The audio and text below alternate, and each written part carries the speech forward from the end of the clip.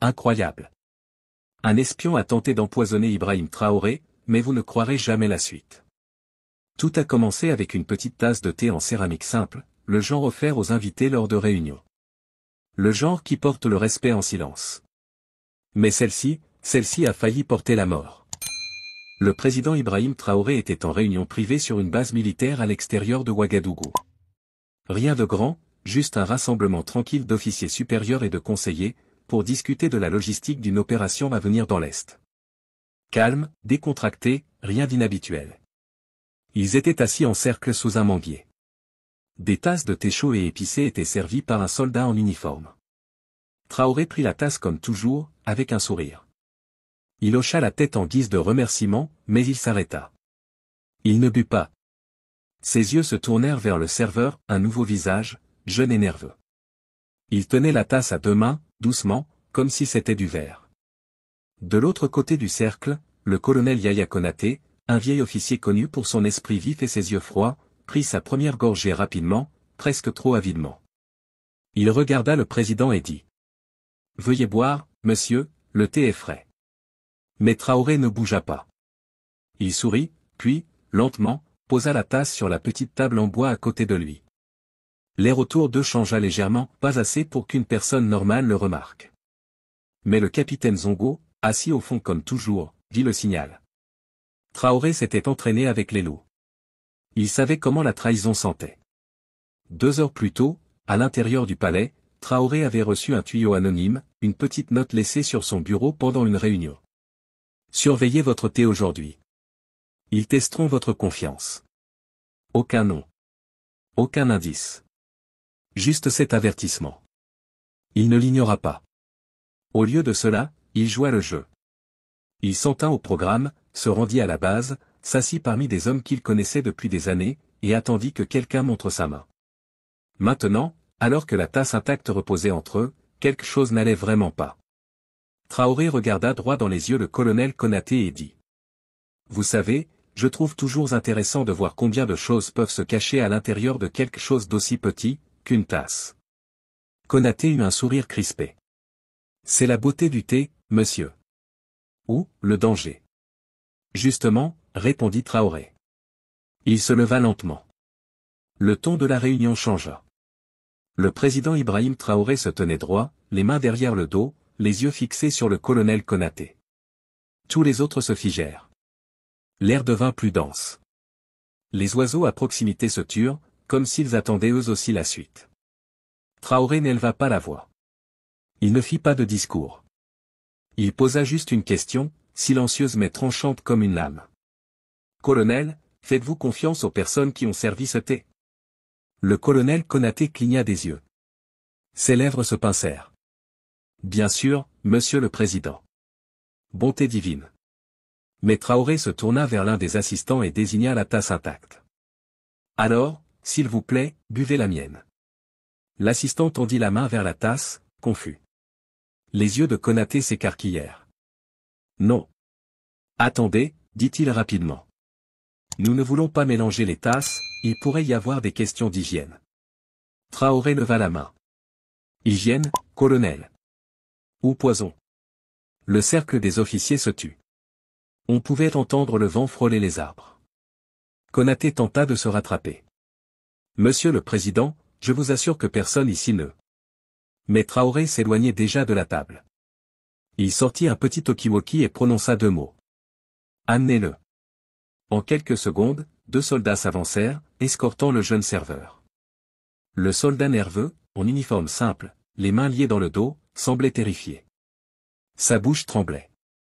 Un des gardes du corps du président déposa une petite pochette sur la table. À l'intérieur, une minuscule fiole en plastique, trouvée cachée dans la chaussette du serveur.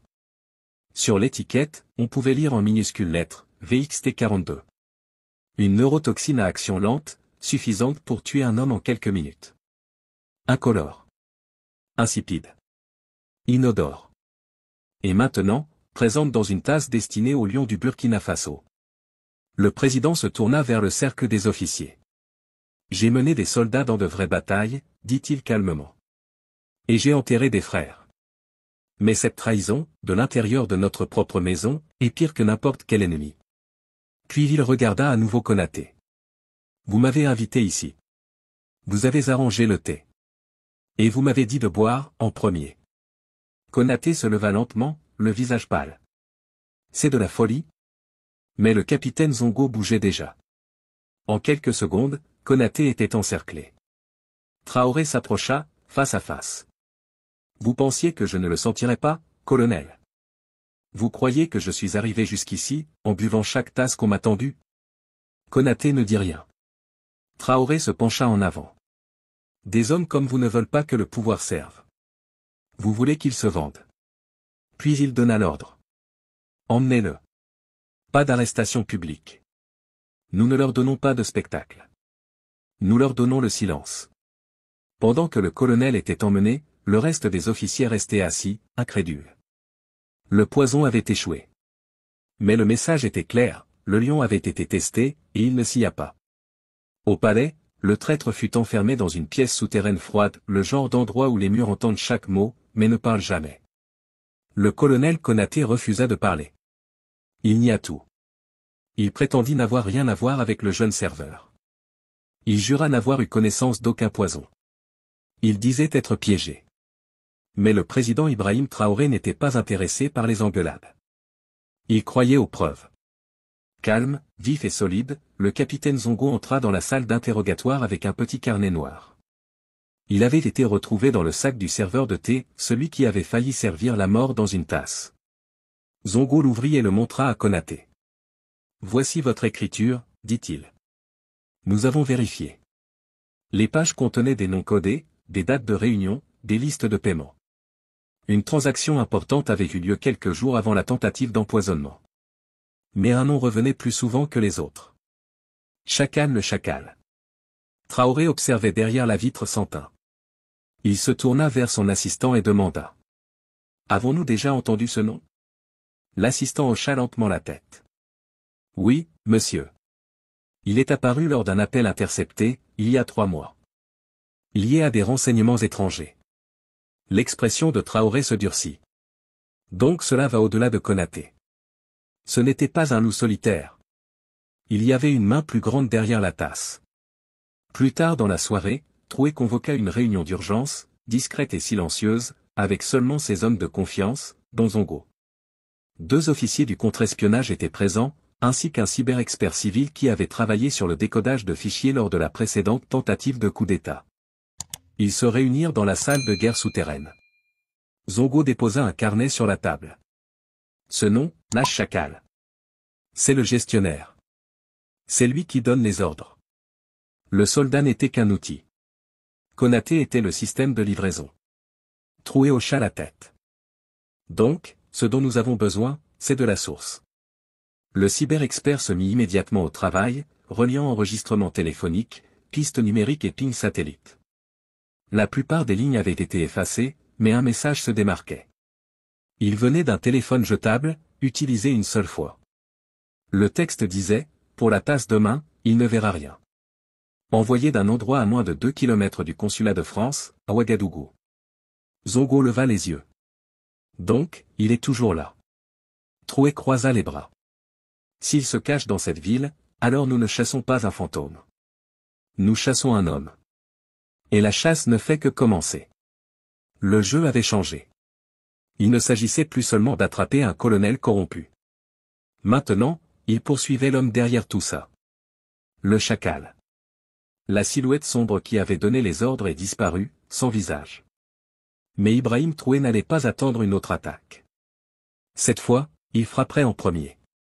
Le cyber-expert parvint à retracer le signal final du téléphone jetable jusqu'à un immeuble d'appartements de luxe à Ouaga 2000, un quartier calme et huppé, connu pour ses diplomates, ses employés d'affaires étrangers et ses entrepreneurs d'aide internationale.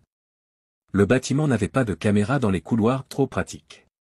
Qui que soit ce chacal, dit Zongo, il a une protection. Il sait comment se cacher. Traoré se pencha sur la table de la salle de guerre. Alors nous ne le cherchons pas comme des soldats. Nous le débusquons comme un voleur. Il approuva un plan silencieux, opération Glaçaille. Pas d'uniforme. Pas de sirène. Pas d'annonce. Juste des ombres qui surveillent. Des observateurs furent placés autour de l'immeuble, déguisés en nettoyeurs, vendeurs de fruits, livreurs. Un soldat se fit passer pour un réparateur et entra à l'intérieur, installant de minuscules caméras dans les coins des couloirs et les bouches d'aération. Puis, le troisième jour, ils le virent. Un homme grand, à la peau pâle, à la mâchoire pointue et aux lunettes noires. Calme. Impeccable. Toujours coiffé d'un chapeau. Il ne correspondait à aucun membre officiel du personnel de l'ambassade, mais il avait une clé de l'appartement 3B, le même qui correspondait au signal du téléphone. Il veillait à ne jamais sortir à la même heure, ne jamais utiliser deux fois la même voiture. Mais il fit une erreur. Il commanda de la nourriture. Troué sourit en l'entendant. Bien. Livrons-la nous-mêmes. Ce soir-là, Zongo se déguisa en livreur, un sac de nourriture dans une main, un petit appareil d'écoute dans l'autre. Lorsque la porte s'ouvrit, l'homme le regarda fixement. Froid. Tranchant. Il ne dit rien, paya en espèces, prit la nourriture et referma. Mais c'était suffisant. L'appareil avait tout enregistré. Sa voix. Ses mouvements. Même la façon dont il est retourné dans la salle de guerre. La voix fut passée par un logiciel. Une correspondance apparut, Alexandre Morel, un officier de renseignement français lié à des activités en Afrique de l'Ouest. Officiellement à la retraite, mais connu dans les cercles secrets sous le nom de la Cale. C'était lui. Celui qui avait donné l'ordre de tuer le président Ibrahim Traoré autour d'un thé. Mais l'arrêter ne serait pas facile. Il n'avait pas de badge diplomatique. Mais s'il le capturait en public, des puissances étrangères pourraient crier au kidnapping. Et s'il perquisitionnait l'appartement, il pourrait disparaître en quelques secondes. Ses voies de sortie étaient sûrement déjà prêtes. Traoré réfléchit longuement, puis dit. Donnons-lui ce qu'il veut. Zongo haussa un sourcil. Monsieur? Nous lui disons que j'organise un dîner privé. J'invite seulement quelques invités importants. Il réessayera. Zongo hocha lentement la tête. Et quand le moment arriva, les yeux de Traoré se plissèrent. Le piège était tendu. Le président Ibrahim Traoré annonça un dîner discret de haut niveau, organisé dans la villa présidentielle. Juste quelques invités de confiance. Pas de presse. Pas de liste publique. La nouvelle se répandit discrètement, juste assez fort pour qu'une certaine personne l'entende. Zongo et l'équipe gardèrent les yeux sur l'appartement 3B. Ils ne virent pas Morel sortir, mais son téléphone s'activa à nouveau. Un nouveau brûleur. Celui-ci envoya un message à travers la ville. Cela signifiait une chose, une autre tentative allait avoir lieu. Mais cette fois, Traoré n'était pas la cible. Il était l'appât. À l'intérieur de la cuisine du palais, toute l'équipe de restauration avait été remplacée par des agents du contre-espionnage déguisés en chef. Chaque ustensile, chaque plat, chaque tasse avait été vérifié, marqué. Des microphones étaient cachés sous la table, dans les vases à fleurs, même dans les salières. Aucun mouvement ne passerait inaperçu. À 19h30, le dîner commença. 4 invités étaient assis à table. Tous soigneusement choisis. Loyaux. Silencieux. Conscients de la mission. Traoré était à la tête, calme. Vêtu non pas d'un uniforme militaire, mais d'une modeste tunique traditionnelle. Je ne voulais pas ressembler à une cible. Zongo était dans la salle de surveillance. Les yeux rivés sur tous les angles. Aucun mouvement de l'appartement 3B, chuchota-t-il dans le micro. Aucune brèche détectée. Mais alors, c'est arrivé. Un serveur entra avec un plateau de boissons. Il n'était pas l'un des leurs. Zongo se figea. Qui est-ce? Ce n'est pas un de nos hommes. Les caméras au Homer. L'homme se déplaçait différemment. Son visage était calme, mais sa main droite tremblait légèrement. Il posa le plateau, et recula. Traoré leva son verre. Mais ne but pas. Il regarda l'homme droit dans les yeux. Vous voulez partager un verre avec votre président? L'homme hésita. Traoré se leva lentement. Tu cours depuis longtemps, Alexandra. Mais tu as fait une erreur. La pièce entière bougea d'un coup. Les chaises raclèrent. Les gardes firent irruption. L'homme essaya de sortir une épingle de sa manche. Quelque chose de petit. De pointu. Mais Zongo était déjà sur lui. En quelques secondes, il fut plaqué au sol. Pas d'arme, dit Traoré en s'approchant. Juste du poison, encore. Tu pensais vraiment que le même truc marcherait 2 fois? Morel, le chacal, leva les yeux, le visage crispé de rage. Tu t'es fait des ennemis que tu ne peux pas combattre, siffla-t-il. Troué s'accroupit à côté de lui. Je ne les combattrai pas. Je leur survivrai. Il se releva et donna l'ordre. Pas de presse. Pas de défilé. Faites-le sortir ce soir, dans la cellule la plus profonde que nous ayons. Ce n'est pas un spectacle. C'est un message. À travers la ville, rien ne semblait différent. Mais quelque chose d'énorme venait de se produire. Une deuxième tentative d'assassinat contre le président venait d'échouer. L'homme derrière tout cela avait été attrapé. Réduit au silence. Mais Traoré n'en avait pas fini. Il savait que ce n'était pas seulement une question de poison, ou de politique. C'était un avertissement. Quelqu'un était prêt à tuer pour le pouvoir. Mais maintenant, il savait que Troué ne buvait jamais dans une tasse sans en vérifier le contenu. Le silence après la tempête était presque plus fort que la tempête elle-même. Aucune annonce n'avait été faite, aucune photo divulguée. L'homme appelé Lacan, le fantôme derrière le poison, avait disparu dans un trou si profond que le monde ne le retrouverait plus jamais. Mais le président Ibrahim Troué savait que le danger n'était pas passé. Il était assis seul dans son bureau, le lendemain matin, tenant la même tasse en céramique que lors de la première tentative. Lavée, vide, mais toujours lourde de sens. Il pensait au jeune soldat qui avait porté le poison sans le comprendre. Il pensait au colonel Conité, autrefois un homme d'honneur, maintenant enchaîné, attendant justice. Et il pensait au peuple, aux millions qui lui avaient fait confiance sans savoir combien de fois il avait frôlé la mort. Puis on frappa. C'était le capitaine Zongo. Monsieur, dit-il, l'Académie militaire est prête pour votre discours. Troué hocha la tête. Cet après-midi-là, il entra dans la cour de l'Académie militaire nationale du Burkina Faso. Des centaines de jeunes cadets se tenaient en formation. Ils avaient entendu les murmures. Quelque chose de dangereux s'était passé, quelque chose d'important. Mais ils ne connaissaient pas toute la vérité. Troué se tenait sur la scène, un micro devant lui. Pas de papier en main, il n'avait pas besoin de notes. Certains d'entre vous ne comprennent peut-être pas encore le poids de l'uniforme que vous portez, commença-t-il. Vous pensez que cela vous donne du pouvoir. Mais cela vous donne des responsabilités. Il leva la tasse. Cette tasse a presque mis fin à ma vie. Non pas à cause du thé à l'intérieur, mais à cause de la confiance que j'ai placée entre de mauvaises mains. Il fit une pause. Les cadets étaient figés. Certains avaient les yeux grands ouverts, d'autres serraient les poings. Un jour, vous protégerez cette nation. Mais la protéger ne se résume pas à porter des armes. C'est une question d'honneur.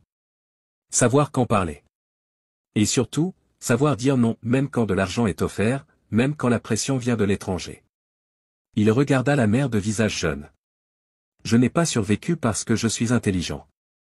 J'ai survécu parce que je n'ai jamais oublié une vérité, une nation n'est aussi forte que la loyauté de sa plus basse garde. Il se tourna vers Zongo et leva la tasse vers lui. Ce n'est plus un symbole de mort. C'est désormais un symbole de survie. Il la déposa sur un piédestal de pierre, à côté du drapeau de l'Académie. Laissez-la vous rappeler, dit-il, que même le plus petit objet peut porter la trahison, ou le courage. Choisissez ce que vous portez. Les cadets saluèrent. Quelques larmes furent discrètement essuyées. Ce soir-là, Troué était assis tranquillement sur le toit du palais, regardant le coucher de soleil saigner à travers le ciel. Il savait que ce ne serait pas la dernière tentative. Il y aurait d'autres chacals. D'autres poisons. Mais à chaque fois, il trouverait le lion qui attendait. Non pas parce qu'il voulait la guerre, mais parce qu'il était prêt à mourir debout, plutôt que de vivre à genoux. Et ainsi, la tasse ne resta ni dans un musée, ni dans sa maison. Elle resta entre les mains de la génération suivante. Un symbole de vigilance, de survie. Et du refus d'un homme d'être brisé. Si cette histoire vous a touché, n'oubliez pas de liker, de vous abonner et de partager vos pensées en commentaire. Chaque mot compte, tout comme chaque voix. À la prochaine.